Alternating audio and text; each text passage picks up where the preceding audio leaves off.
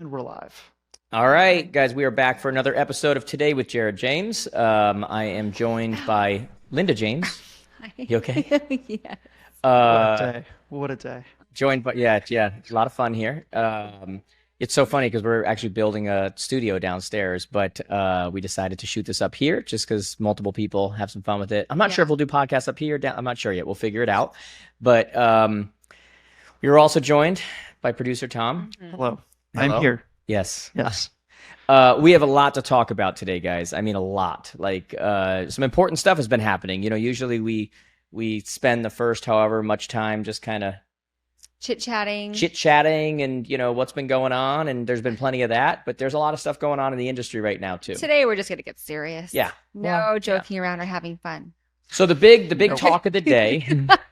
I told you. Is that not true? He just completely cut me off. I'm like, okay. Well, I mean, let's face it. I've been putting up a lot of, because I've been putting up a lot of videos lately, you know, on the social platforms, and we are 1 week from our social mastermind, which is true. Basically, I mean, basically it is. It's sold out. And so it's so funny because there's so much going on in the industry. Every single day there's something new, and you try to, like I've said on other podcasts, you try to like touch the most important parts in 60 to 90 seconds about earth-shattering, industry-changing stuff. And, you know, next thing you know, it's, I mean, there's literally thousands of comments, and it's just people will just, you know, oh, way to simplify.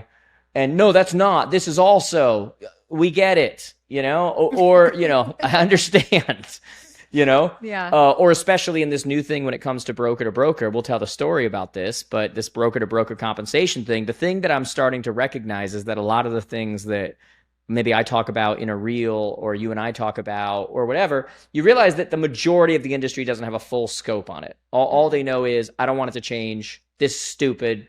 It needs to stay the same. Yeah. And, you know, we had a conversation because we were away last week, kind of like a work/vacation. Okay. And I put up a video and I was referring to EXP. Oh, I literally was going to say, let's not say any brokers' names. And he's like, well, it's too late. Well, here's the funny thing, right? It's so funny watching the videos because it's like, no matter, I just want us as an industry to get to a place where we root for the industry and stop being so tribal about our brokerage. And, you know, it's like I say these things about EXP, and I thought their leader, Leo, had done a great job. And now you're a homer for EXP. You know, 6 months ago, you're a homer for Remax. I mean, those comments, you must be getting paid for this. Oh, and then I put up a thing recently about something good that Howard Hanna was doing. You're a homer for Howard Hanna. You're a homer. Guys, I am a homer for the industry. Get it through your heads. Like I keep myself in a place where I can talk negatively when someone does crappy stuff, and talk great when they do good stuff, because I think good for the industry is good for everyone. Like, it's not about whether it was my brokerage, your brokerage, whatever. The better our industry does, the better our industry comes out of this, the more successful all of you are. The more that you have a place to succeed. And it was so interesting because I was going in to do a podcast with BAM, the media company, and my son has a internship there. And if you haven't watched that podcast, you should. Like, it's really good. And they just put out a blog yesterday too, you know, 5 things you learn from a 17-year-old. It was so cool. I had so much pride reading it, you know, about your kid. It's like so cool. It's like it's on a national stage, thousands of people reading it. It's just so cool. But we were scheduled to do this podcast. You know, one of the benefits of, you know, my son being an intern there is I don't do a lot of podcasts with other people. My DMs are filled with, will you come do our podcast? Will you come do our podcast? My son's an intern there. So I'm like, let's go do a podcast. Local, so it's nice. Like, let's go do a podcast, you know? And I like Byron, and I like the whole vibe and the whole thing. And I think they do such a great job. And as I'm getting ready to go in, I'm texting back and forth with Leo, the CEO of EXP. And before you guys are like, homer for EXP, I've never even spoken at an EXP event. Like, I text with a lot of CEOs of these companies. Like, we're in the industry. Like, what's going on? We get perspective. We get, you know, whatever. It's just how it goes, okay? And they released their listing agreement. And there has been so much confusion in our industry lately. But they released their agreement. And their agreement on its basis, at its forefront, does not include broker-to-broker compensation, which is the way that this industry has worked for decades and decades, meaning you negotiate a percentage with the listing, with the seller, the listing agent does. That percentage is going to go to the listing brokerage, who then has the ability to cooperate, to co-op with another broker and give them a percentage of that commission rate. Okay. Now, I want to be very clear here, because I've seen this in the comments lately too. I'm pro that.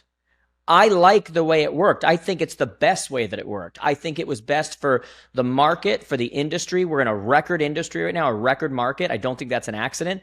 I think that not doing it that way hurts buyers that need it most. Guys, I agree with all of that.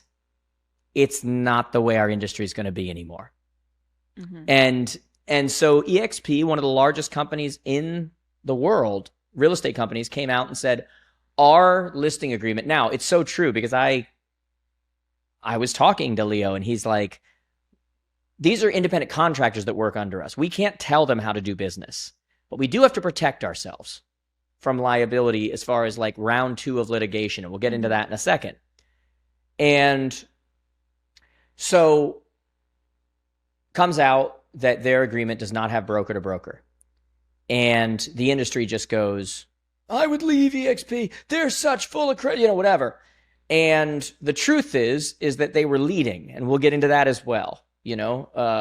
Leadership isn't leadership when you're doing what everybody else wants, or what everybody else likes, or what everybody else is already doing. That's not leadership. And again, we'll get into that in a second, because I know a lot of you are angry about that and you don't like that. Guys, I don't like that either. But I also understand. I feel like that Chris Rock routine when he's like, I'm not saying it's right, but I understand, and he does that whole thing. I'll let you guys go look it up. There are more things that at play right here than what your feelings are, or what the industry used to be, or any of that. Like you have to understand, I'm on your side. It doesn't matter though. There's one side where I have to go, this is right, this is wrong. And then there's another side of me that also has to pull myself back and go, but this is the way it's going to be now. Okay. Could I pause for a minute? Sure. I think you just did. Do you feel like that you're like this because you're not practicing real estate? No, I don't. Not at all. Like, if you were truly practicing real estate, like the majority of your audience right now, it's their bread and butter, right? The way they do business and they operate. Like, do you feel like that you're in this space like, hey, it's going that way, and it is what it is, and we're going to figure it out, and we're going to pivot? Like, let's be real. And I say this, I'm not in real estate. It's a great question. So, but I could see people being like, Jared, screw you. Sure. Yeah. And by the way, go read the comments. I have to, you know what I mean? And a lot of those comments are based off emotion, because they're literally in it. When I say in it, they're listing and selling, and they're pivoting constantly, right? You don't really have to pivot. You're providing content. You're directing. It's adding more. Like it. I wonder if it's easier for you because you're not having to really feel the shift. I love that question. By the way. I'm sorry to No, I love that. On the spot, I do love you. I disagree with you that I don't have to feel it. Let's remember we make our living. I think differently, but I think a lot of the people listening and that are in it that are upset, it's a different way of doing business. There's more roadblocks now, if anything, and things they have to overcome. It's challenging now for them. And so I want you to I want to ask you that. So what do you think I prefer, that things stay as they are, or that we have these drastic shift? I don't know what you prefer. Okay. I don't want a drastic And remember, shift. I never knew you actually when you were practicing real estate. Okay, let's change it to this way. All of my content, the last however since this has gone on, is it in support of the way we've done things, or not in support of the way we've done things? Have I thought this was utterly ridiculous? Absolutely. Okay. So I would say that I'm in it, in that we make a living off of these people making a living and doing well and operating the way that they understand how to operate. That has created a record market. I take no joy in saying, guys, I agree with you, but that's not the way it's going to go. Part of leadership, part of my leadership is that, and again, when you look at the number of views that my videos get, I have a responsibility to not just be the opiate of the people and tell them what they want to hear. Sometimes my job is to use my voice and say, hey guys, based on everything I see here, this sucks, but here's where it's going. Like, and that's the God's honest truth. Here's where it's going. I have the advantage of not only am I much more involved than people who are practicing every day because I'm reading and watching everything. I'm also having conversations with those people in the space who are having conversations behind the scenes with all of their attorneys and what's going on. And like so I have this vantage point of like I'm not a normal every day. Like I see what's happening here. So it does me no joy to tell people this is where it's going. Yeah, I understand that. Yeah, and I get that. I guess if looking at the real estate space and never listing a house in my life or representing a buyer, I can't even imagine the frustration like that they're getting and not even knowing if 4 months later it's going to change again. Well, right? You just made a great point. Pause there, because that's a great point. That's actually part of the point. I can't know what I know and tell people, hey, NAR settlement says you can still do broker-to-broker comp. You just can't put it on the MLS, but you can do it everywhere else. I can't in good conscience tell the number of people who listen to me, well, then that's the settlement. That's what you do. When I know all they're going to have to do is change again in 4 months. And now they're going to be even more ripped because you just changed everything they did. You said, okay, here's the new boat. Here's the new way. And then we go, oh, never mind. Changing again. I'm coming from the perspective of rip the Band-Aid, guys. Go where the puck is going. I'm telling you that's where it's going. I'm going to explain why in a second, by the way. Like I'm going to explain why from a litigation standpoint. And I can't wait till we're not having to talk about this stuff anymore. Yeah, I know. I mean, I feel like just throw me a bone. Do something. Like, is there anything good? Yeah. So here's the deal. Now, to your original question, if I was practicing selling right now, there's no way I'd be doing broker-to-broker comp. I'd be a walking target for the next round of litigation. And I know you guys don't like to hear that. And I know, and I've even seen comments in my stuff, like I've turned my back. Guys, I agree with you. No one's been more vocal than me. Meaning that you want a cooperation is how it should be. Co-op is the way it should be. Co-op is better for the buyer. I can go through a litany of problems, and maybe we'll talk about them today, by doing it under this new way where there's no broker-to-broker, where there's a decoupling of commissions, where the listing agent negotiates their commission with the seller, and the buyer's agent, the buyer, when giving their offer, then asks for what they need in their offer. Meaning whether that's some kind of a concession, whether that's paying, whatever, but they ask for it separately in their offer. Believe me, there are a million issues with that. Meaning multiple offer situation. Someone's working with their kid and says, I don't need any compensation. Don't pay me anything. Well, now everybody has to reduce to that to that lowest common denominator. Yeah. Meaning you get somebody who's from a brokerage who charges way less, what we have traditionally called discount brokerage, and they're just coming in and going 0.5%. Well, when you're making competing offers, it's about the net to the seller, not the actual purchase price anymore. And so what does everybody else have to do in a competitive market? Reduce to the lowest common denominator. Yeah. And who gets hurt by that?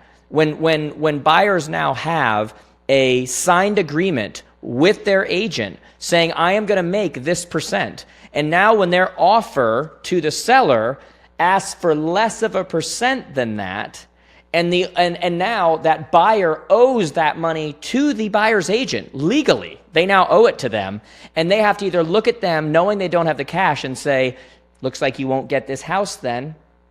And how is that in their best interest? How is that following your fiduciary responsibilities? Or they have to come out of pocket for it and try to get money from somewhere or borrow or whatever. Or now there's a discrepancy.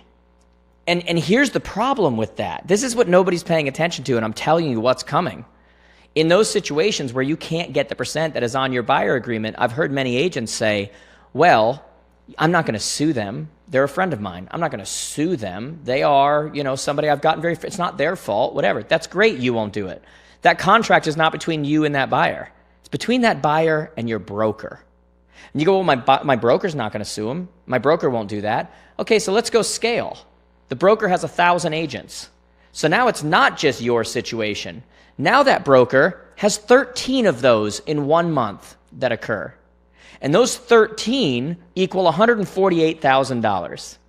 Now that broker is not making a decision on one relationship, one contract, that they're contractually, as a business, they signed contracts, they're contractually able to. Now they have to make a decision if they're going to give up $148,000 in a given month. And I'm telling you, it's just a matter of time. You got to stay in business. If you're not going to enforce your contract, what's the point of the contract? And so we just went down a rabbit hole there, but it's reality. Again, I'm on your side. I see all of that, and I agree with all of that. What I'm telling you is take your emotion out of it. It doesn't matter. I'm behind the scenes on this stuff. Like, I see what's happening. That's not happening anymore. Like, broker to broker is not happening anymore. And here's why. So when you look at what our industry settled for, I say found guilty of, but really, settled, whatever. It was the idea that we were price fixing and colluding. Now, again, I joke about this all the time, but it's so true. Agents can't even get along. Now they're colluding together. Again, guys, it's such a joke. Everybody's like, oh, no more 6%. It hasn't been 6% forever. And by the way, maybe it is 6%. Maybe it's 7%. Maybe it's different. Everybody has their fee they charge. That's what a competitive market is. Like that's exactly what a competitive market is. One of the watchdog groups just came out and said that they believe buyer compensation should be 2%. And I went, well, first off, where'd that come from? It's just a lower number than 3. It was never 3. Like, it's whatever that person negotiates. So what are we even talking about here? And number 2, the definition of price fixing is coming out and saying what percent you think it should be. That's price fixing. Yeah. Okay. Now, I digress. We got a video online about that. You can go check it out. But here was the problem. When the industry got found guilty, or at least settled on the idea of price fixing, the idea was that listing agent, that brokerage, went in with the seller and determined before the buyer or the buyer agent ever came there what their compensation was. And so before they ever made an offer, the price was already there. Therefore, it was fixed because it was determined by a broker before the other broker ever got involved what it was going to be. And the seller, that may be in their advantage, not in their advantage. By the way, there's a part of that argument I can kind of like legally, I can kind of go, that's why they were winning, okay? Is because legally, although there's got to be a common sense in our world as well, but legally, that's why they were able to win on that. So now you go to today, and we go, well, the NAR settlement said you can still do broker to broker, you just can't put it on the MLS. Think about how ridiculous that is. This is not right, it's wrong. So take it off of here, but it's okay everywhere else. Well, is it wrong or is it not? And so that basis of why it was wrong, which was broker to broker comp, not seller to this broker, seller to that broker. It was broker to broker determined beforehand. If we are now going to say, well, this is what the settlement says, and then just go right back to business, don't put it on the MLS, but continue to negotiate a percentage for another side who doesn't even exist yet, meaning we're fixing it for them. We're setting it for them before they're ever even here, which you can argue is an advantage or disadvantage for the seller because they might have a buyer's agent who has a different agreement, and maybe they paid more than they should have because the buyer's agreement with their buyer was a less percentage than what you offered out. And there's all these other arguments to be made. I am telling you right now, guys, those attorneys, the DOJ, all of them are standing on the sidelines right now, licking their chops, going, we've got them for round 2 now. Those attorneys just made $700 to $800 million based on the idea that you price fixed because the compensation was already determined for the other side. And now we're jumping back in as an industry and going, we can still do it, just not on the MLS. And they're going to take the basis of winning in that first round and go, it's still happening, round 2 of litigation. I'm telling, I can't say this clear enough for everybody. I understand that a lot of you are going to try to keep it as it is. We work with a lot of companies. They're going to try to keep it as it is. We work with a lot of brokerages. We work with a lot of brands. You can hate me, love me, like me, dislike, whatever you want right now. See me in 6 months. Yeah, you know where I stand. I think I disagree with that. I think, and not knowing insights or details to everything, I think publicly they didn't want it to be displayed. So the MLS publicly displays it, right? And actually the MLS actually pushes out, I'm not sure on what platforms, I think specifically like Zillow, Realtor.com, like third-party sites, and they display the compensation, right, to buyer's agent. So I think they said no, more of a display, whether it's MLS, whether it's public-facing sites, pull it off. You can't display it. But by the way, public-facing, they're allowed to, just not MLS. Well, I mean, yeah, MLS pushes the data. But right? Exactly. So that's the other point we talked about recently. Yeah, it's like you can't get there without the MLS. Totally. Yeah. So I think it's more publicly, like public-facing. This is what my thought is. I think that these brokers, these large brokers like the EXPs or whatever that are pulling away from broker comp, are actually giving insights of, I'm calling it fear, right? They're afraid that it's the next round, right? They're going to come after us. And maybe these attorneys really are not thinking you're not giving the attorneys enough credit. I mean, if anything, I think what a lot of brokers have done we're showing the cards, and now the attorneys are seeing it, and the attorney is like, yep, great. 6 months from now, you actually gave us insight. We'll go around. But we don't know. Neither of us know. Well, we know the DOJ has already come out previously and said, decoupling, this is wrong. Like, the DOJ has come out and said that. The DOJ, like, again, we don't know if it'll be the same DOJ come November. It'll be a different DOJ. But mark my words, if it's the same DOJ, they're going back after the industry. Like, they've already said it over and over again that we want a decoupling. Anything else is not right. It's not right for the seller. It's not right for the buyer. They're coming back around. This DOJ does not like the real estate industry. They do not think we're good people. Like, they do not. And again, I want to, like, even being on this side of it, this isn't the side I'm on from the perspective of what I think. I'm having to detach myself and say, there's Jared that thinks this way and believes it and knows it because I know this industry and I've experienced it. And then there's legalese on what's actually going to happen. This is just going to cause a lot more of, I think we talked about this, in-house deals. Hey guys, I want to talk to you about an amazing real estate tool right now called Mosaik. You know, if you want to take your people off of the portals where they're all hanging out and whatever and into your ecosystem, this is the tool that does that. You know, this is a beginning to end, not a CR, it's not another CRM, it doesn't replace that, but it's a beginning to end system that really looks at the lifetime value of your client and looks at every part of that process and takes care of all of it in a way that's completely transparent. So yes, they've got search, they've got transaction coordination, they've got, you know, even for us when we do things like we teach our students the Core 100. They've got the ability to put those people in there, track what's happening, do all of that in an amazing way. But probably the thing that I love about this more than anything is the transparency. You know, in an industry that keeps talking about transparency, and usually when you hear something over and over again, it means that it's not being done at all. This is actually a transparent tool. This is the first tool that I've seen that actually brings the consumer into the transaction. And I think that is the next level of where we are going within this industry. You know, you hear from so many buyers and sellers that, oh, my agent didn't do anything, or I feel like they're not, and there's not this communication going on.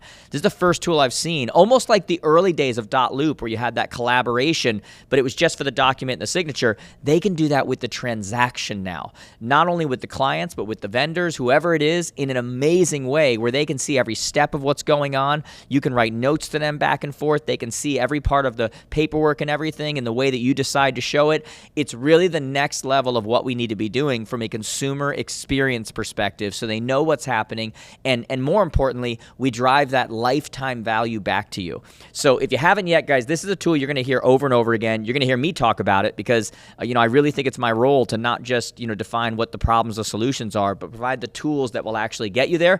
And while so many tools right now are just check the box and just say you have them, this is one yourself, your team, your brokerage. You know, if you're not on it yet, you need to be. This is not the last you're going to hear about this. They're going to grow astronomically, and this is something you need to get on board with if you're going to operate. If you're going to be one of those people that really overcomes and is that top producer in your area, you've got to have the right tools in place, and Mosaik is one of those right now. So do yourself a favor. Go check out mosaik.io, mosaik.io. Again, mosaik.io. You won't regret it, guys. Send us questions if you do, but this is one of those ones that you're going to look back on and remember, amazing tool. Sure. A lot more in-house deals, and maybe even a whole lot more of FSBOs. Babe, there's and for sell-by owners. Well, what it's really going to cause, you know, I don't know about FSBOs, but it's really going to cause a lot of unrepresented buyer. Like, so what you have now is ruin teams. So look at this. You have to have a signed agreement in order to go in and look at a property. Okay. I've already been hearing from several people that buyers are calling and they're saying, hey, I want to go see this property. And they're going, great, we just got to meet you and we got to sign. They're just jumping right to it because they have to have a signed agreement. And they're going, and the buyers are getting angry and they're going, I don't want to go. I don't even know your name. I just want to go look at the property. Remember we talked about that friction, making it so difficult? A very successful team I was talking to the other day said that this person swore them up and down, had to talk to the manager. I want to talk to I just want to see the house. And now the manager has to get on and be like, look, we understand this is not us. Anybody you talk to, we have to get a signed agreement in order for you to look at this property. We have to. And so there's this friction. So what's going to happen is that buyer is going to go, screw you, I'm going right to the listing agent. And now when they go to the listing agent, because under this agreement, you can show a property if you're the listing agent to a buyer without a signed agreement. But in some places, dual agency is allowed. In some places, dual agency is not allowed. And in the places where it's not, or your broker doesn't do it, you now are going to have a buyer who is going to have to elect to be unrepresented. So we went from what's best for the consumer to all of these rules and all this stuff and this no broker to broker compensation and signing an agreement before you look at a house and all this stuff that, again, I don't agree with. That's not what I'm saying. It now is going to force buyers during their third most stressful time in their life, the biggest asset they'll ever buy, to make a decision to say, hey, you have legal representation in the largest asset you're ever going to own and sell, and I'm going to have to choose to be unrepresented and have to go through legal documents and negotiations and all of this stuff and be unrepresented because I don't want to sign a 6-month agreement with someone I don't know. And they don't know any better. So they're going to be like, that's better than nothing. And now they're going to get screwed. I mean, also, there are some states that have actually put forms out for those that aren't not represented to be represented by that listing agent as well. Correct. Well, that's what I was saying. Within someone within the brokerage. Yeah. So you're going to have those. A lot of different situations are going to happen now. But you know what? Being in the MLS space, I have to tell you, NAR makes it so vague sometimes and it causes so much confusion. And this is where MLSs step in, or the state association steps in to really define and give a clarity on things. They haven't been, though. I know, but they need to. And that's what NAR does, though. We're going to say no coming soons, right, to the public. And then the MLS defines, well, how many days and what happens if I do and this and this and that. And so MLSs and associations, state associations or local, need to step in now and do that for members instead of like, okay, I'm just going to allow it to happen and let it be. Well, that was the whole EXP thing, was that EXP came out. This is why I gave them credit. You guys have to understand. For doing something. You have to understand that version 1 is not version 20. And you know, leadership doesn't mean you get it right at first. It doesn't mean that everything's whatever. It means you're not afraid to make a call. You're not afraid to. And EXP keeps coming out and saying it. We don't want to be in the forms business. That's not what we're here for. We've been forced to do that, because MLSs and associations are failing us because they either don't say anything or they come out with something that's so behind the times because it's changing all the time. And they do a big training. I heard about this the other day. They did a big 3-hour training on these new forms and these new whatever. And the next day they scrapped the whole thing and went, nope, those forms aren't going to work. On to another set of forms or whatever, because they're so afraid of taking a chance and leading and whatever that they're just trying to follow everybody else. And it's such a changing market. And so when you hear me say, I don't agree with this, but this is the reality of the situation.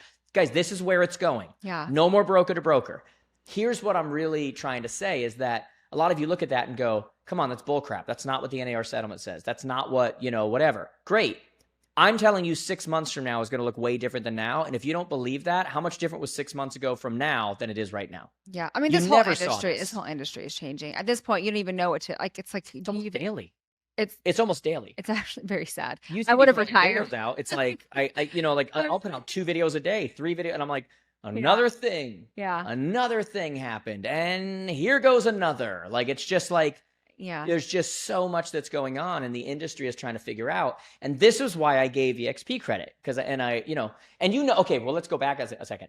So when the first broker to broker comp thing came out, when EXP saying we're not putting on their broker to broker comp, we're not saying you can't do it. You guys are independent contractors. You can put it in the additional terms and conditions. They're wiping their hands clean. As a brokerage, they're going, we're seeing where this is going, and we're not putting ourselves on the hook for another $400 million. Like, we're not doing this, we see where this is going right now. Absolutely. Right. And so they're looking at that and saying, and so when I put out that thing, which is a 90-second reel, and I'm saying, hey, no broker to broker comp, whatever.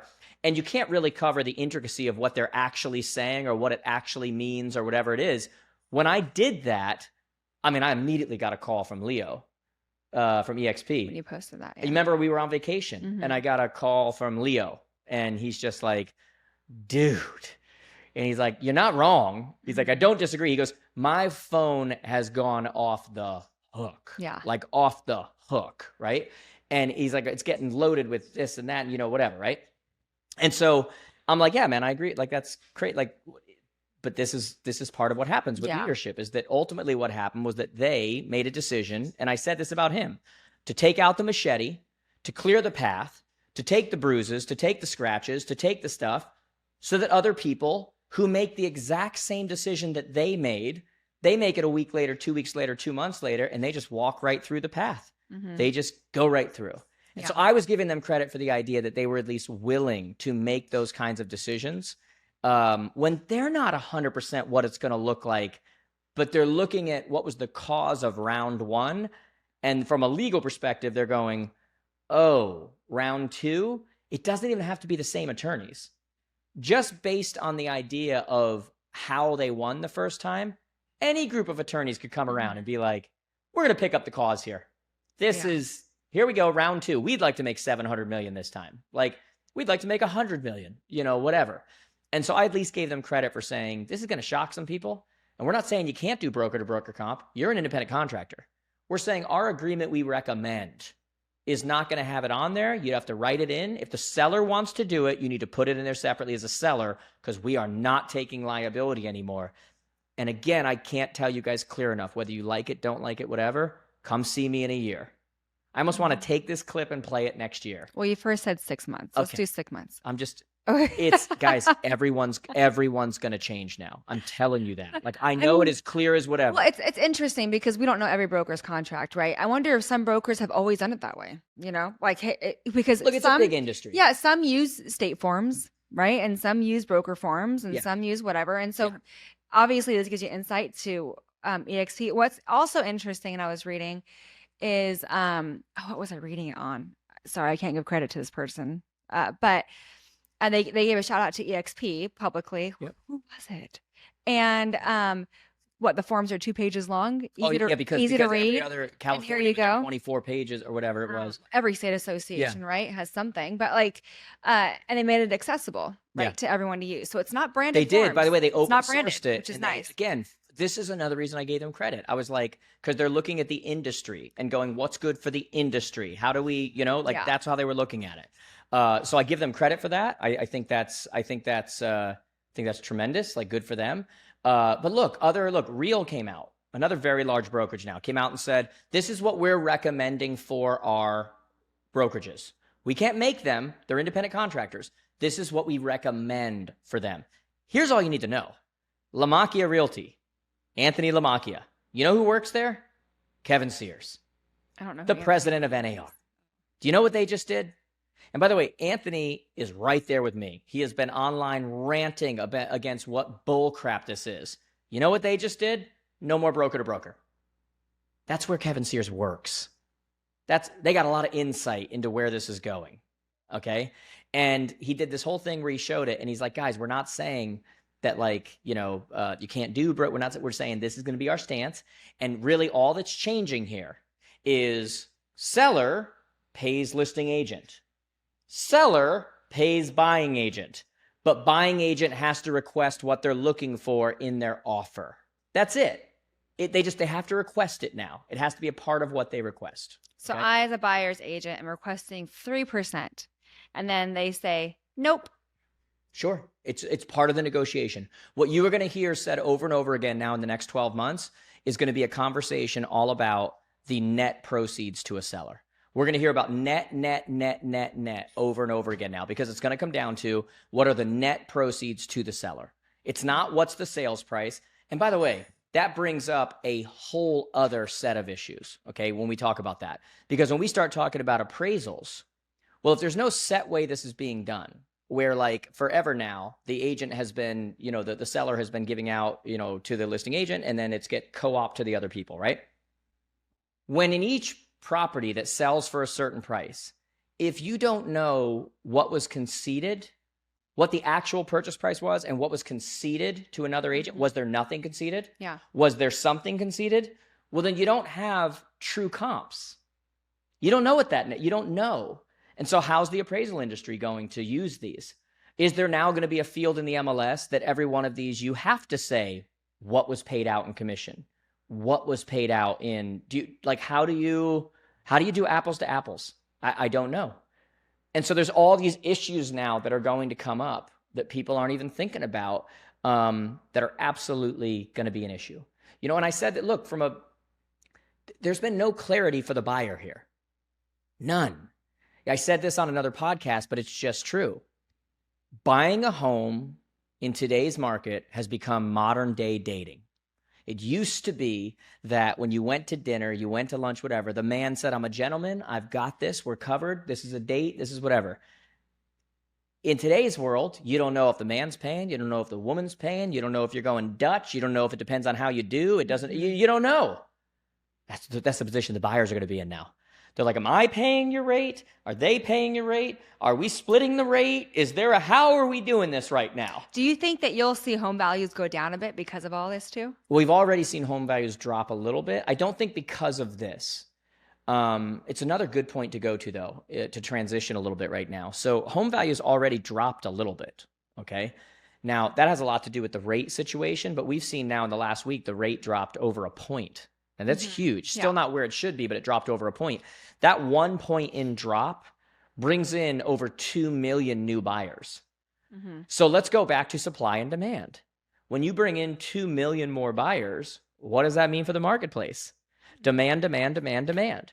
And so if I'm a buyer right now, or I have clients that are buyers, I'm saying, get off the fence. This is the, we don't know if the rates are going to jump back up like they've done in the past, or if this is going to be good, but now it's affordable for you again. If I'm a seller, and I know that 2 million people just came into the marketplace, I now need to be looking at, hey, I was waiting until selling. I was going to wait till later to sell. Put my house on the market now because more people can afford, more people are involved, more people are, So even though you just saw a little bit of a price drop, once you bring 2 million people back into the marketplace, supply and demand, we still, even though we're getting to a more healthy market, we're not there.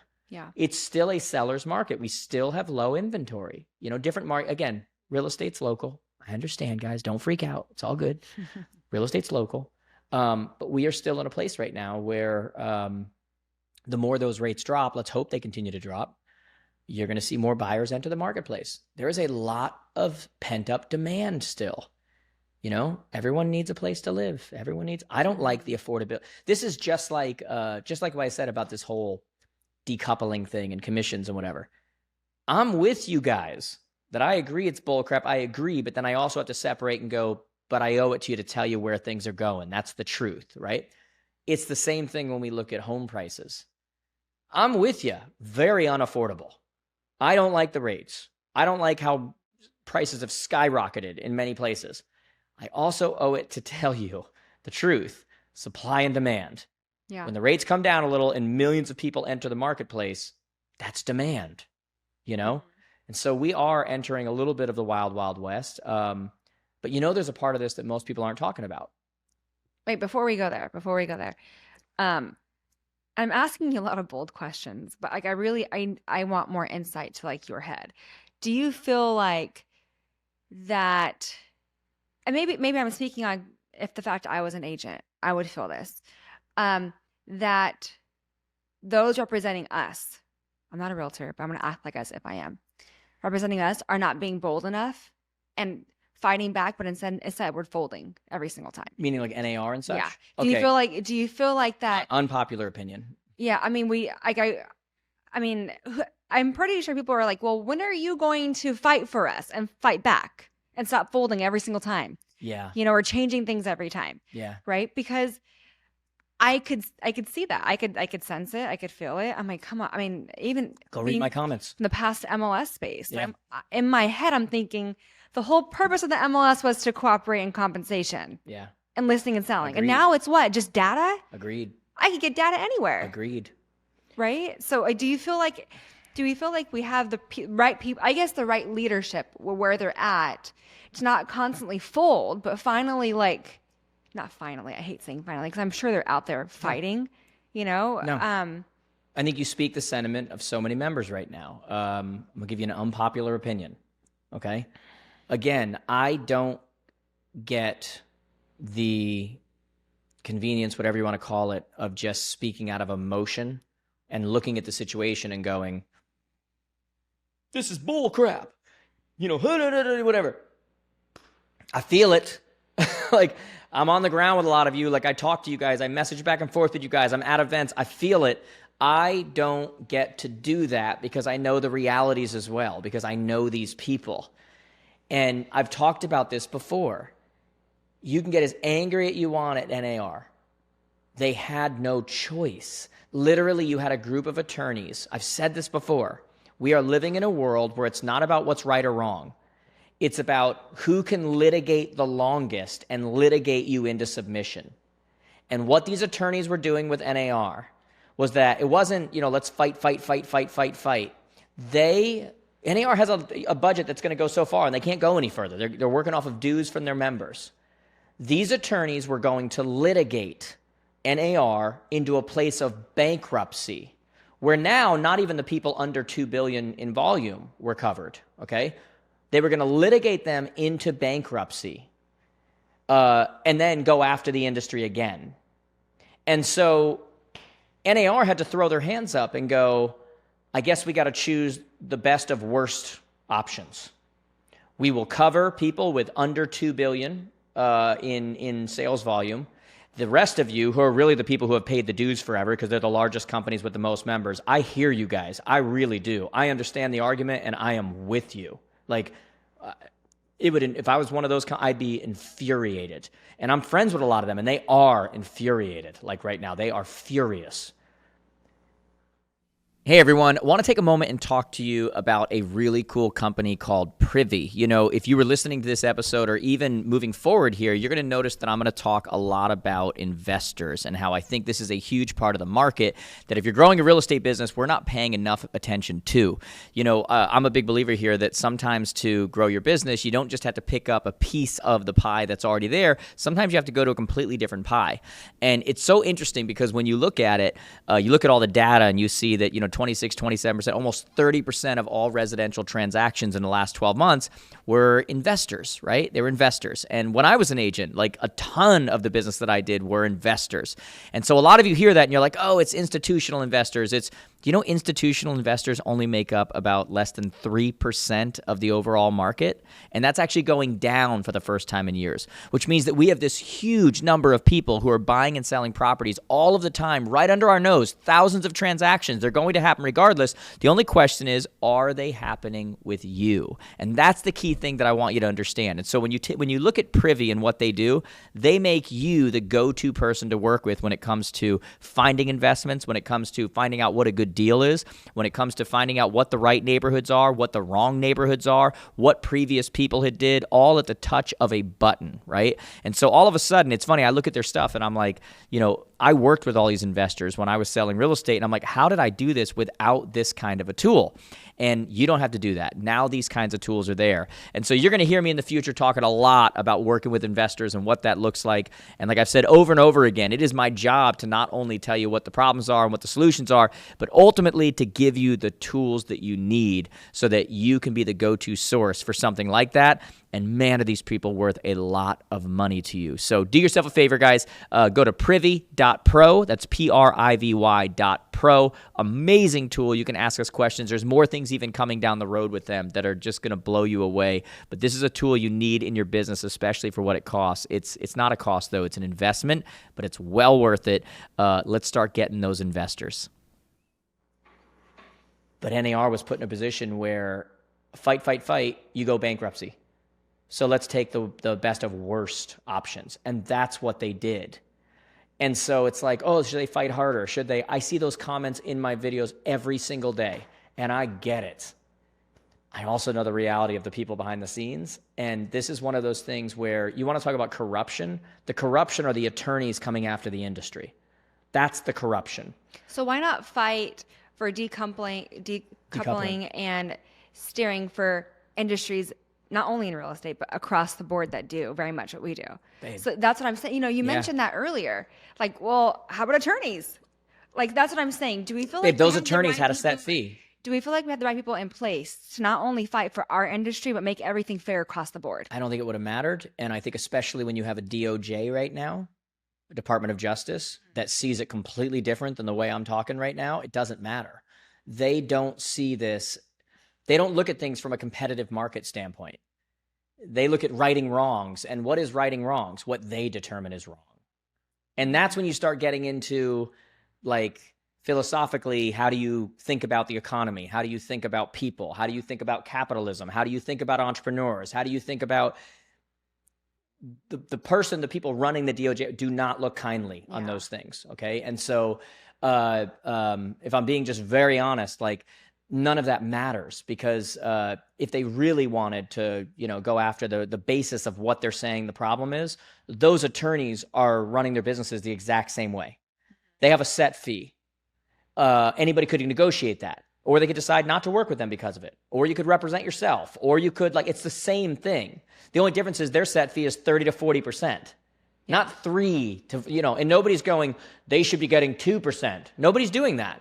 You know why? Because that would have to come from Congress, from Senate, from whatever.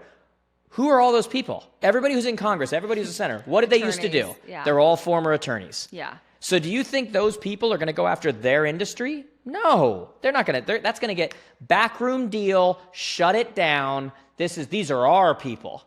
So instead, they go after the real estate industry, or they go after that's the reality, guys. Like, if you really want to start getting smart about all this, they'll never go after the corruption with these attorneys, which is, again, my point of view, that they're waiting for round 2, because that's their own people. It's their own people, and so they're not going to go after their own people. That's because they're the good ones. Oh my they're gosh, the ones who are going after corruption. It gets my blood pressure rising. I can't. This is the reality, though. This is what I can't say in a 90-second reel. But it's look, I don't know. Sorry, real quick. I would have a hard time, because I'm like, you're basically saying that you have the right leadership in place at NAR. They're doing what they can. They had gold handcuffs. They can't do much, right? So they had they're folding. They're trying to protect what they have. Go bankrupt. All of it. Go bankrupt, or take the settlement. Yeah. Yeah. And by the way, in this settlement, think about this for a second. This is so crazy. This is how you know how corrupt it is. Well, first off, there's a lot of ways. Even when you look at the payouts from the companies, had nothing to do with their size. How much do you have in the bank? How much do you have in the bank? Correct. Yeah. But let's look at one step further. NAR settles. So that should be it, right? No. We got to also get settlements from Remax. We got to also get settlements from Real. We got to also get settlements from AW. We got to also, wait a second though. A lot of those people, agents, brokers, are part of NAR. So why doesn't the settlement with NAR cover them? Why doesn't it? It was, how many people can we pick their pocket? You want to talk about corruption? You want double dipping, right? Think about it. NAR, which almost everybody, those companies require you to be a part of NAR. So when NAR makes a settlement, why are they making payments too? Why are they also? Because it's the ultimate corruption.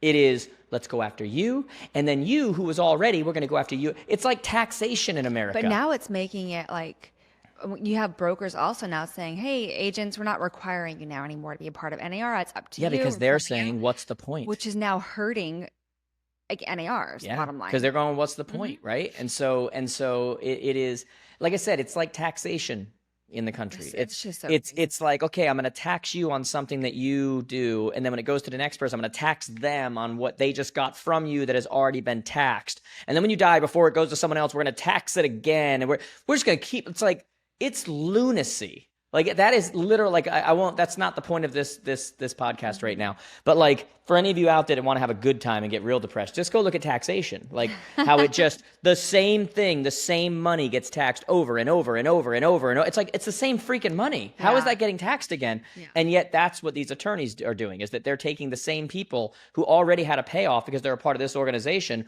Well, wait a second now. Now this organization's going to pay. So not only is NAR going to pay, but now Remax is going to pay. But wait a second, there's more, Bob. Are you a Remax brokerage that does over $2 billion? Well, we're going to have you pay again. Like, think about that. I know. That's insanity. Yeah, this is so exhausting. Yeah, and that's why, I mean, at what point is this like, it's almost like, thank God I'm not in real estate. Guys, I'm gonna say again. I'm gonna say again. I am on the side. I agree. Like, when you hear this frustration and I'm laying this out and going, this is bull crap. Like, whatever. When you're hearing that, 100.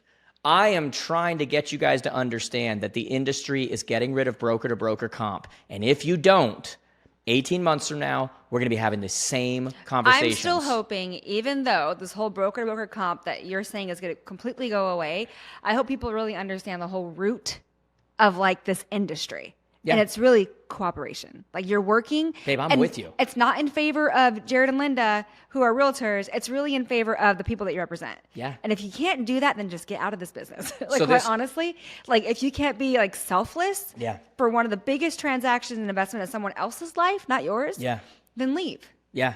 And I say that because I've been the person that has sold and bought, and it's a very emotional position to be in. Yeah. And a lot of the times it's very just transactional for other people, right? Yeah. Those are representing both sides. Yeah. But like literally, if you can't cooperate, even if you and I cannot get along or agree on a certain percentage, do it for the sake of the seller and buyer. Yeah. Like, and that's a great point. That's a great point. Because all of this really is frustrating knowing that I'm really not in it. So frustrating. But everyone's emotions are so high that I could just see people going after each other and losing it for both seller and buyer. Yeah. Well, it's like these attorneys are walking into your house and saying, I'm just going to take whatever I want. And they have the police outside going, take whatever you want. Like it's so Gestapo. It's just out of this world. But again, it doesn't matter. Like it's what they can get away with. And so when you made a very good point there that I want to touch, which is you said, it's about serving the customer. It's about serving the consumer. One of the reasons I'm taking the stance I am and saying, guys, this is getting rid of broker to broker. Like it's going to happen. And then I said to you, and if you don't, those that don't go away from broker to broker, 18 months from now, we're in the same spot. Here we are. I'm going to have to make videos about it. The industry is going to be under attack. This is going to be whatever. And so part of me saying, guys, we're getting rid of broker to broker. We're changing the way that we're going to get compensated is because I just want the good people in our industry, the thousands of them that are in our programs and are students of ours and, whatever, to be able to get back to just helping buyers and sellers who literally don't know anything about this stuff, don't care about this stuff, don't whatever. And again, it's not about whether it's right or wrong. Let's take our 5 minutes, get pissed off, scream at the top of our lungs, and then just realize it is what it is. And those that adapt quicker are the ones who are going to be able to get back to just helping their buyers and sellers. And there'll be more pivots that are going to happen, more adjustments that happen. We're going to figure all this out. But I'm telling you, if you keep broker to broker, they're coming back for round 2. Clip it, play it in 8. They're coming back. That's crazy. Yeah. Tom, and I take no joy in that. I don't like that. Yeah. Tom, do you own a home? I do. You do? I do. I think like as a homeowner, like knowing that one day you might, downsize, get a bigger home, whatever the case may be, doesn't this also kind of cause like a little bit of... Well, here's a good point. Here's a good point. When he goes to sell his home, he's going to pay more than he would pay now. Oh, 100%. So here's how this is going to work now. Now that the listing agent is going to be paid directly by the seller, the selling broker listing agent fees are going up. We've already seen it. I just talked to one of our major brokers. They're already charging more on that side and going, we don't know what's going to happen on the other side. They might be paying it for themselves. They might request something from you. It comes down to the net. Let's see what kind of offer we can get. And so again, don't take any joy in this, guys. Please, understand my position here. Me telling you what's going to happen is not me saying what I think should happen. Okay? It's what you've been seeing. It's what I know is going to happen. Listing agents' fees are going up. As a listing agent, you're going to make more now. Okay? And buyer agent fees are going down. They're going to make, and by the way, it's already started happening. That just sounds like corruption. But hold on, let me finish the point. A report has already come out that buyer agents' commissions are going down. Yeah. Now, let's talk about the consumer again, because we're doing this for the consumer, right? Even with listing agent going up, buyer's agents coming down, when you add them together, it's going to be more than it was a year ago. Meaning overall compensation paid by the seller will go up. Because they're going to pay more to the listing agent, and then it's going to be requested by the buyer. This is what I'm saying when I say FSBOs. I think that Tom's going to be able to go on some platform, list his own property, and pay half of what he would. Yeah, but you could do that now. I know, correct. I think what we're doing is really corruption in the industry. That's going to cause the seller and the buyer to figure it out themselves. Well, that's a bad idea, it's why that option's been there for years, and yet the percentage of people don't do it. And not to mention, there's another point to that, which is if I'm coming in as a buyer making an offer on a FSBO, FSBO, guys, fastest and shortest business opportunity. Coach side of me comes out, but for sale by owner. Now, again, I'm not educated, but hopefully I'm smart enough to recognize this. If I go in and I look at comps, I'm going, well, you're not paying this percent though, so I'm going to take that off of there. So whereas you're showing me the neighbor that sold for this, well, they paid a brokerage this amount. You're not, so that's not a comp. We have to take that amount off. And so any smart buyer is coming in and saying that.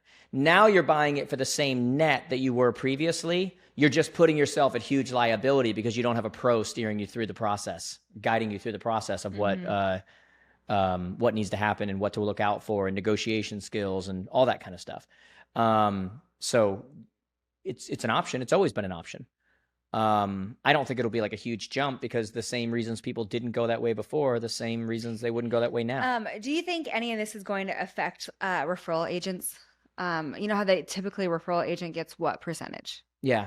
Like, do you feel like it's going to affect those that just do referral that don't really practice real estate? I don't think so because you're talking about a percentage of the overall. So if the overall changes, that just means that percentage gets more or less, not percentage, that means that amount becomes more or less because you're just talking about a percentage. So I don't think so. Because it is just a percentage of, so it doesn't change, so for example, if the amount is lower than that percentage, of that amount, that total becomes lower. Yeah. So I don't think so. But again, there's a lot of changes coming that we don't see right now. And we have to be ready for that stuff. The ones that are going to do best in our industry are going to be the ones who, sure, you get frustrated, whatever, but you're solution finders. You're the people who it's like, okay, I don't like this. It doesn't mean I love it or I have to agree with it, but I'm a solution finder. Like, here we go. What's best for my consumer? Okay. And that's the place that I think you're going to have less agents in the industry. You're going to have more agents making more, though, no doubt. Those that are trained, those that know what they're doing.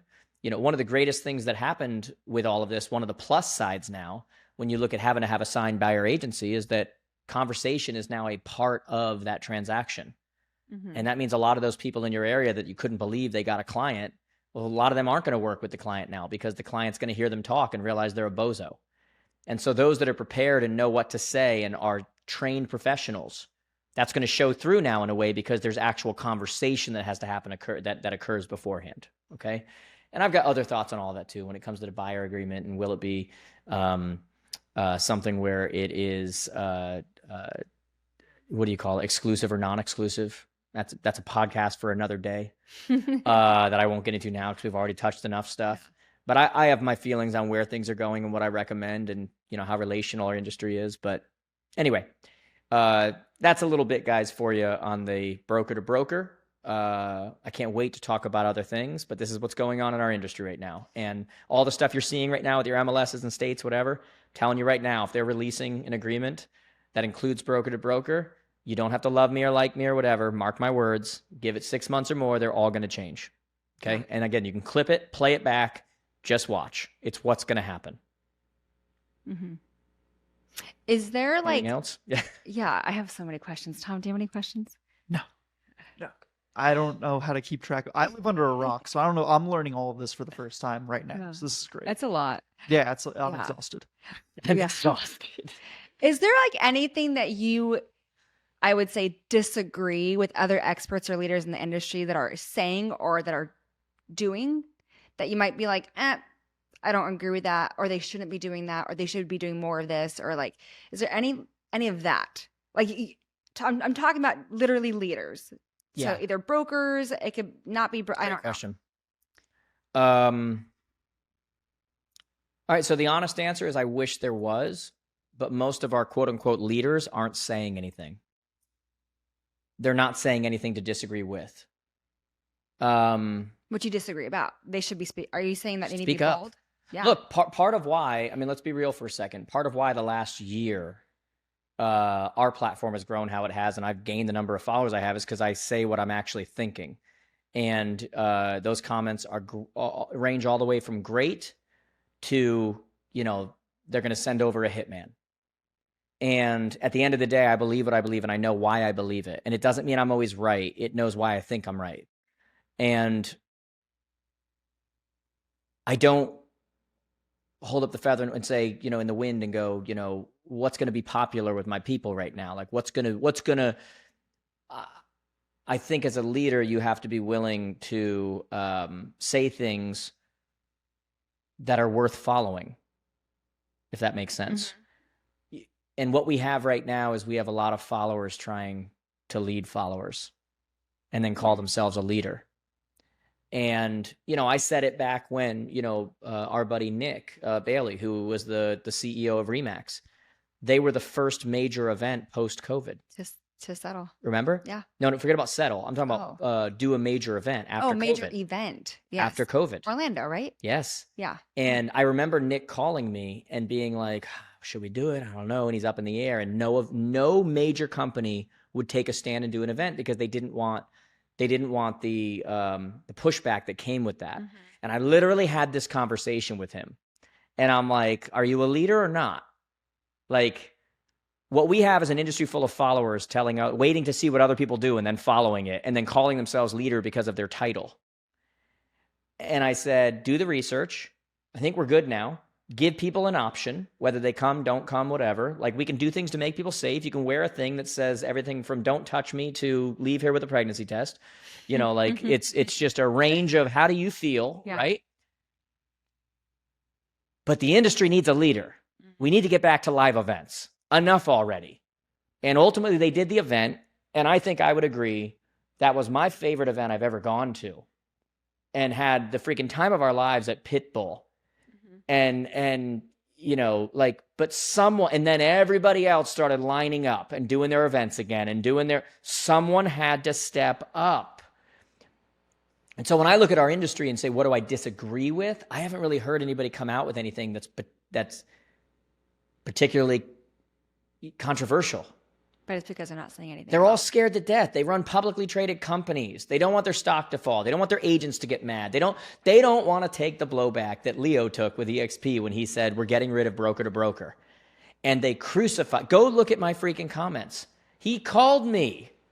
Jared, my phone is going off the hook. My, whatever, like this is, and what do we now see? Other brokers is stepping up and going, we're not doing it either. Nope, we're not either. We're not either. And it's domino, it's going to happen. And so there will be other leaders that step up and do that kind of stuff. I gave him credit because I thought that he deserved it in that case. But I wish there was people stepping up where I could disagree because I love disagreement. I'm like, could be. That's how you learn. Mm-hmm. I learn from people disagreeing. I mean, I learn from research and whatever, but it's like, I think in a way when people disagree, I go, why do they feel that way? Let me see what I can pull from that. It's like the eat up the meat, spit out the bones. Yeah. It's like, why'd they come to that conclusion? What am I missing? It's a different perspective. Mm-hmm. It's a different way of looking at it. I was not on No Broker to Broker 2 weeks ago. Think about that. Mm-hmm. I was with everybody with the pitchfork. This is bull crap. I started reading stuff. I started talking to leaders behind the scenes. And then little by little I went, oh boy. Yeah. I think that's one of the biggest problems is a lot of those that are in those comments, right, on your post, they're not diving in. They're not reading. They're not asking questions. They just come to this conclusion of, oh, you probably got paid to do that. Oh, I can't believe you're against no cooperation. A lot of people are not digging into all of this and asking the questions to get understanding. Yeah, and that's just the thing. When you hear that, oh, you're probably getting paid to do that. You're probably getting... Guys, like, God, if anything, it hurts me because people get mad and then they don't want you to come to their event and whatever. But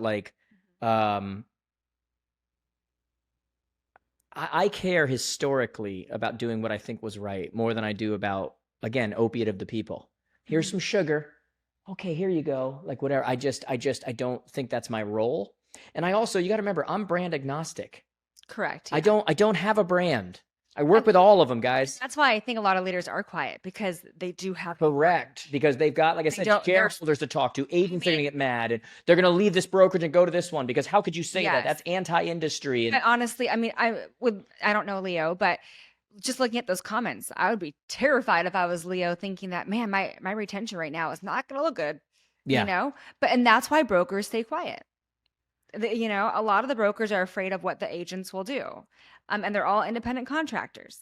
Yeah, that's exactly right. And if anything, that should give people confidence in listening to someone like me. Mm-hmm. Because I am somebody who I don't have those allegiances. I don't have like a camp that I'm in. I don't have it. You know what I mean? Like when I say something, it's because it's what I believe is the truth. Now, that doesn't mean I'm always right. It means with the best amount of information that I have, with the best amount of whatever, I love this industry. I love the people in this industry. I believe in this industry. I have my son getting into the industry. That's how much I believe in this industry. Okay, so everybody understand that. That's how much I believe in this industry, is that I have my son getting into it, right? Yeah. But at the end of the day, I owe it to this industry with the people I love and the, whatever, to be honest with you. Yeah. And when we say, hey, I don't want you to have to make a switch in 4 months, a switch in 6 months, or whatever it is, that's what I'm saying, is I'm going, guys, I see, like, I'm not coming from the perspective you're having. I'm not hanging out in your office every week. I'm not whatever. I'm with these people over here who actually making decisions, who are the ones paying the hundreds of millions of dollars, that are actually talking to the legal teams and doing, whatever. And I'm trying to be like Paul Revere coming in going, guys, hey, this is it's coming. Here's what's happening. Like I'm not trying to sound like whatever, like I'm your representative. I don't work for anyone. I work for myself. I work for you. You guys employ me in the sense that, our programs are built by you guys paying monthly subscriptions and being in our programs and doing whatever. Like I don't work for anybody. Yeah. I don't need, this is true. This is a bold stand, but it's true. I don't need any brand. We have built our company in a way, and I saw the writing on the wall years ago when big companies were building their own coaching programs. I'm like, once they have their own coaching program, they don't need to bring me in. So now I'm not going to be the speaker, the keynote at their event. Crap. How am I going to get in front of people? And so we made a conscious decision back then to build a database, to build a social following bigger than theirs. Make sense? That's why I did that. Yeah. Because I was looking at it going, if I'm beholden to them, then I have to speak things that they're happy about. I have to do what they want me to do. I have to. Well, that's a great forward thinker. You're able to. I'm like, I need to build something where they need me. Like where they need, and so that was part of our whole thing is like, if every single brand, if every single company, if I never did a speaking event again, it's like, big whoop. Yeah. I don't need to do whatever. Like I love working with the brands and I love the people. I love, whatever. I don't need it. I can be honest about what I'm doing and what I'm saying because I don't need to, you understand what I'm saying? Absolutely. And so, yeah, so there's no being paid by them to whatever. Brand agnostic. I'm about the industry. I'm about the people in the industry. I'm about my voice being real and true and whatever, and that's why you can trust it is because of that, if that makes sense. Yeah, no, it does. What else? Okay, let's talk about something a little lighter and fun and happy, Oh boy. A lot of this is really like tense stuff. Yeah. Okay, so in a few weeks you have your advance. I mean, it's still stressful for you. It's a month and a week. Relax. It's a month and a week. Yeah. It's a month and a week. Relax. It's 5 weeks. Yeah, really. I just woke up, Tom. What? How are you feeling about this? This is your 10-year. I honestly, I'm feeling tremendous about it. We obviously moved it to Orlando. I know, which I'm excited about. I don't have my sessions done because everything keeps changing. And so I got a lot of notes. Like your on stage session. The agenda's done. Agenda's done. Agenda's done. May or may not be when I'm up there what it says it's going to be. We'll see. Yeah. I have so many notes, and there's just so many things changing, and I have so many thoughts, and I have so many whatever, and I've just got like so much that I am trying to figure out how to put it into. Like I picture sometimes I go for a run and I picture like one of my speeches and I listen to it in my head. And I'm just like, yeah. So, okay, let's pull back a little bit for those that have no idea what we're talking about. The advance, right? So high level view. What is the advance? 2-day event for real estate people in Orlando. Real estate people? Yeah, pretty much. Real estate, mortgage, whatever. It's a 2-day intensive where it's just main stage stuff, hearing from me and other people. Every breakout this is you can your imagine. Event. My event. This is not me hired. This is my event, Not a brand event. And this is where I debut like my new stuff, like that I start talking about for the next year. And there's been so much that to the point I was making before, I go on my runs and I think about like, I picture myself up there and giving the speech. And I either am like, or I'm like, hell yeah. I'm like, whatever. And like lately I've been like, hell yeah. I'm like, and then I think to myself the next day, I'm like, well, got to change that out. We got to do whatever. Because things are just constantly adjusting and shifting. But guys, don't get me wrong. I'm ready. Don't get me wrong. I can go up right now with no notes. I know. And I'd In be my head, ready. I was literally thinking, Tom. Yeah. whatever. If he had to get on stage for 4 hours by himself, he would do it. I don't know how, but he does it. But I'm taking it very serious. Like I am taking it like I want everybody who comes to the advance. People need it more than ever. And we got people coming who aren't in the US, okay? And I want them to leave there and them to feel prepared for where we're going. You know, when I say less agents are going to do more, I want those to be agents that are in our community. And we got stuff we're going to do and launch and everything else, but we're ready. It's going to be a good event. And we've got our Friday night party, 10-year party. So make sure you have your ticket to that Friday night party. It's celebrating 10 years. It's going to be freaking amazing. Yeah. We're going to have a good time. Yeah, it is going to be a great time. Yeah. I'm excited about that. Yeah. Your actual lineup on the agenda is pretty cool too. Like there's people on there that I have never heard speak before, that I'm excited about. I mean, we're gonna have some great vendors there. Great vendors. We got people who haven't even been announced yet that are going to be coming. They're kind of surprise guests that I'll announce in the next week or so. We're about to do a giveaway for some tickets. We're packed out though. I mean, we're good. Like it's going to be a good, even though it's not a family event. It's Orlando, which you're 9 minutes away from Universal. You know, I might actually be at Universal. I'm doing a Mickey voice. Halfway through. Because Disneyland. Yeah, it's over there. Disney World. Yes. Very, very excited, actually. You personally offended Tom with that. This isn't California. Disneyland. We have Disney World. Yeah, I saw Tom. I saw you smirk, Tom. I saw it. Yeah, no doubt. And are tickets still available? Of course, tickets are available. We make room for everybody, but we we're good. We're gonna have a packed house, which is awesome. Like I said, we're gonna do some ticket giveaways because we haven't done that yet. So we'll do a ticket giveaway coming up here, and like I said, I'm ready. I am ready. Don't get me wrong. I am ready. Okay, and then Hey everyone, if you are not signed up for the Jared James Advance, Orlando, Florida, September 19th and 20th, this is your opportunity to do just that, guys. We have released our agenda, and we've got a lot to talk about. I mean, my God, it's almost overwhelming when I look at it, but we're going to do the normal things, right? We're going to talk about how to get listings. We're going to talk about how to take a transaction and multiply it into many others. We're going to talk about very timely things right now, how to eliminate that friction with buyers, and what are we saying, and what are the most common objection handlers right now. We're going to talk about what is the open house of the future look like, because that's a real opportunity. And so how do we take advantage of that? We're going to talk about AI, but in a practical sense, not just to overwhelm you and go, look, the world's changing, robots are taking over, in a practical sense. We're going to talk about team building. We're going to talk about hiring assistants and scaling and all of these kinds of things. And if you're a broker, we'll talk about mergers and acquisitions, culture, retention, all of these things, guys. So I recommend go to jaredjamestoday.com/advance. Check out the agenda that's there. There might even be more things that are added. In fact, I just got a text message that someone else is going to join us that is not on that agenda just yet, so you're going to see that as well. But this is where you want to be, guys. We know there's a lot of changes happening, and this is where you come to be the pro. This is where you come to make sure that regardless of the changes that happen, you are the agent that is standing at the end because you were prepared. When the rules change, they change for everyone. And so what you do moving forward matters, and this is where the best come to get better. So jaredjamestoday.com/advance. And as always, this is our 10-year celebration. So if you don't have tickets yet to the 10-year celebration party on Friday night, the event is the 19th and 20th, but the actual after party, that ticket is separate. That's Friday night, the 20th. We've got a band coming in. We are going to have an absolute blast. Come and celebrate with us. So stay through to Saturday, guys. I cannot wait. Get yourself, your team, your brokerage, your colleagues. Get there, guys. I promise you, you will not regret it. I'm ready, guys. I got pages and pages of notes of stuff I have not released that I am just like, I cannot wait to be delivering there. So will I see you in Orlando? I hope so. See you there.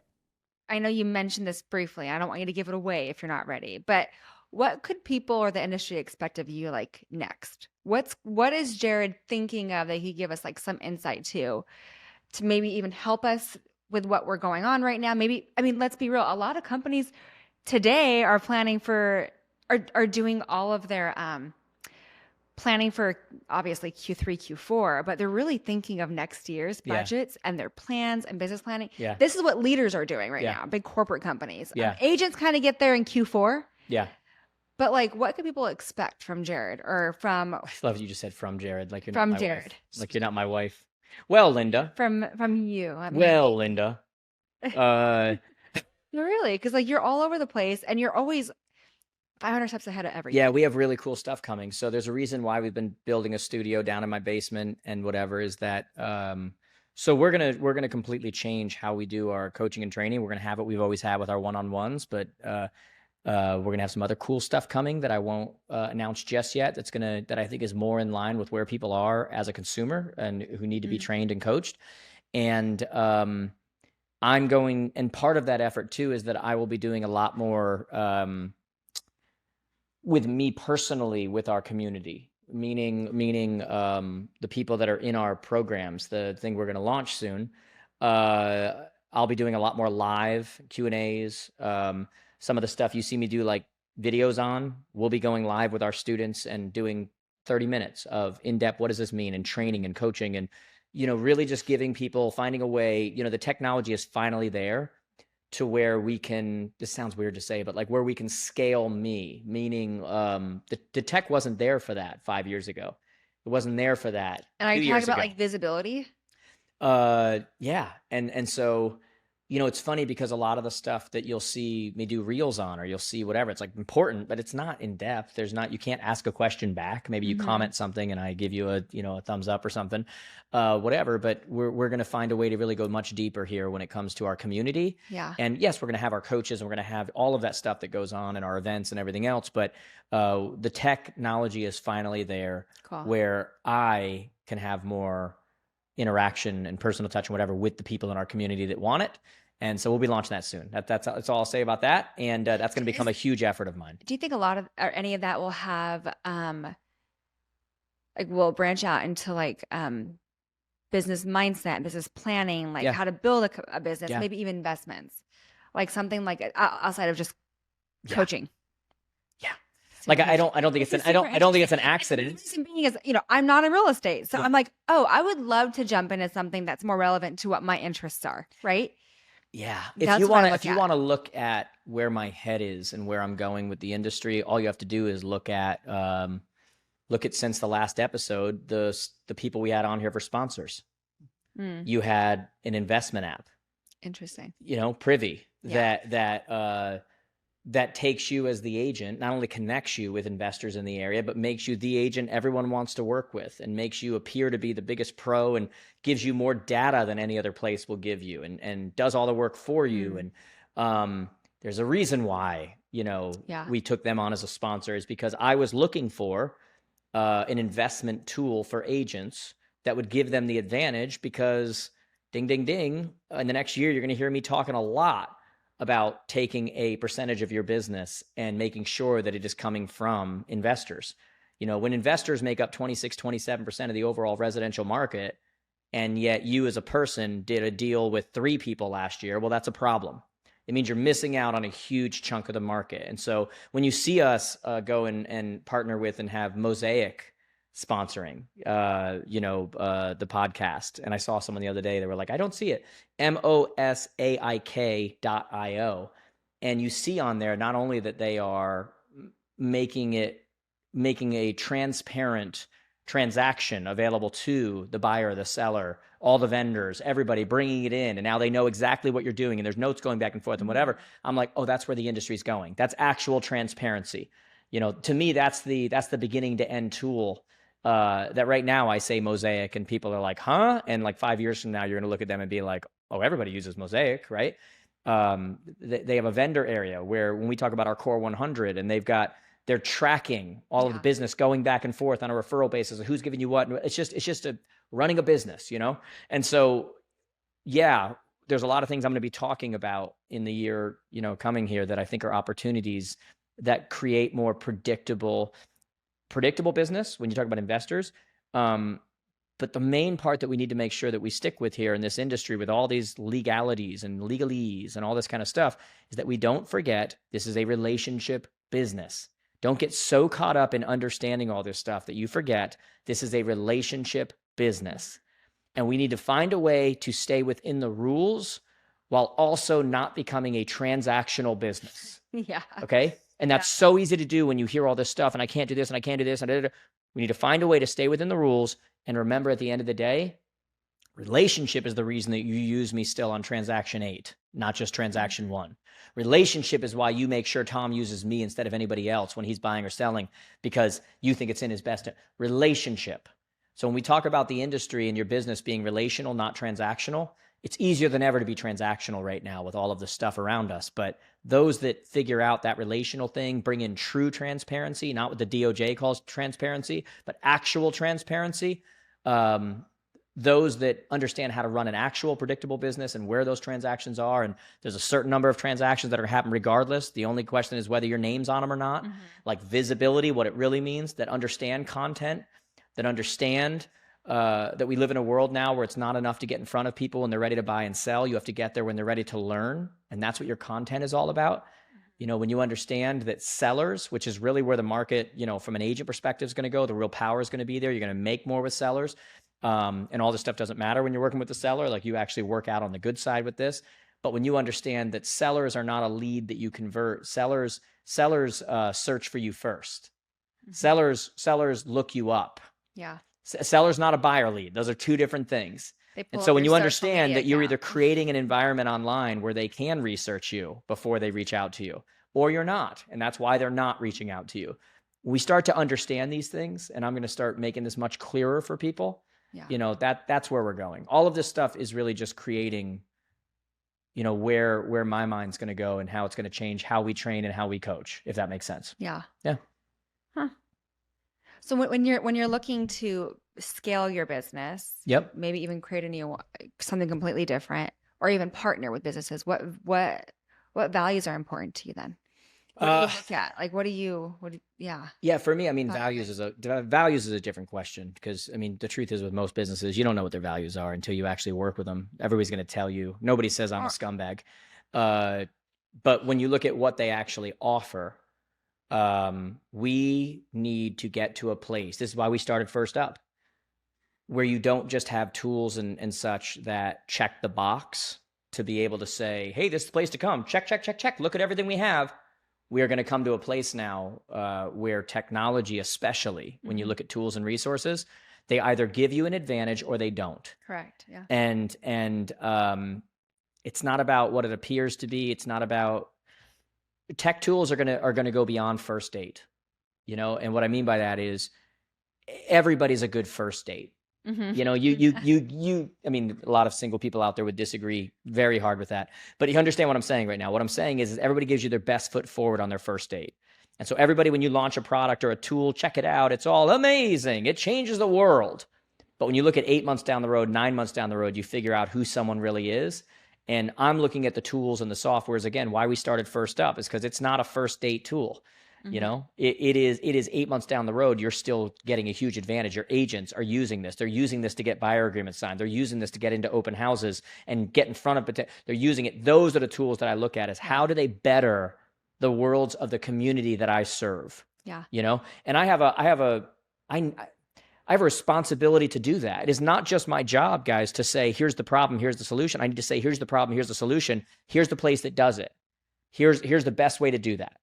I can't just say, here's the problem, you need to get to a house. Here's the solution, you got to, you know, you should probably have a car, you know, whatever. You got to have a car to be a buyer's agent. You got to have, there's tools that make you more effective at what you do. And so I'm actively looking at what those things are, so that in this new environment we're in, we can kind of say, hey guys, these are the ones that serve where we're going. We're doing a session at the Advance called The New Era of Real Estate Tech. You know, and how does it serve that purpose of your business that ultimately serves your client, which ultimately then serves you and your family, that ultimately serves, you know, we got to get out of this. What's the latest CRM? There's plenty of great CRMs. We don't need another one. Okay. There's plenty of great ones, you know, but then how do we get to now that next level of the tools and software and technology that ultimately really serve your business and make your life easier, without trying to take your life over and complicate it. Yeah. And those are the things I'm looking for. And that's why we have now Privy doing this. That's why we now have Mosaik, you know, that I've, you know, because I check these things out and I'm like, yeah, that's good. Yeah. Yeah. Talking about First Up, I mean, and I completely forgot about this. What's going to hit the industry if it hasn't already, if changes haven't been made yet, is broker compensation being removed. On the 17th, right? Yeah. So that's coming around the corner. Yep. For those brokers that have no solution, First Step really is that solution. Does in-office broker compensation so that your office knows, what's going to be there, in a pre-market way that is completely compliant. Yeah. Got them open houses on there. And absolutely. The open houses. And we really the ability to request an open house. Like, here's the open houses. Who wants to do this one? The ability to buyer match. Here's my buyers. Here's a pre-market property where in brokerage in a completely compliant manner, you're now matching and finding deals. And there's an actual advantage to people working with you. Yeah, that's exactly what I mean. We encourage the collaboration. We encourage an opportunity to host and display open houses. Now broker compensation, but we're also virtual now whiteboard. Building a different section that really is we talk about this all the time, but vendor, are you going to say like what? I mean, everyone calls it different, like preferred vendors or I think I know partners. I'm forgetting the word right now too. Is it? It's not the task preferred. It's the I know exactly what you're talking about right now, and I can't remember the word. The gig economy. It is a gig economy. It's a directory. Yeah, directory. There you go. Yeah. Is that what we're calling it? I don't know, not yet, but no, but that is. Yeah, we are now building out. You might not even know this, but we're building out on First Up, a place that brokers can now display directories of the preferred partners, and that way they can have people paying for space on there. They can make money off their ancillary services. They can make it easy for them to connect. Yeah, reps, like all of that on there. Yeah. For the gardener, whatever it is. Yeah. And so it's really cool. It's literally gonna be a great Rolodex people to go to. Yeah. And brokers have to be looking about how are other ways that we make money. And we know that those services, that stuff, is one way that it happens. They want eyeballs. They want to be showcased. Yeah. So that's a great example. So like, obviously that's our company, but like literally, like when you look at companies overall, you have to look at what's actually going to be useful, what's going to serve your business, serve your clients, and what is just another, check of the box. Absolutely. So to say. So I agree. Any other? No. I think that's it, guys. I mean, I think we got into some stuff today. We tried to bring it down a little bit here. We came in hot, that's for sure. This is one you're going to want to share with the people in the industry, guys. I mean, this is again not what I want, but it is what it is. And I hope, as always, I hope you guys enjoyed this. I hope you share it with someone. I hope you give us a good review. I hope you'll do all of that stuff.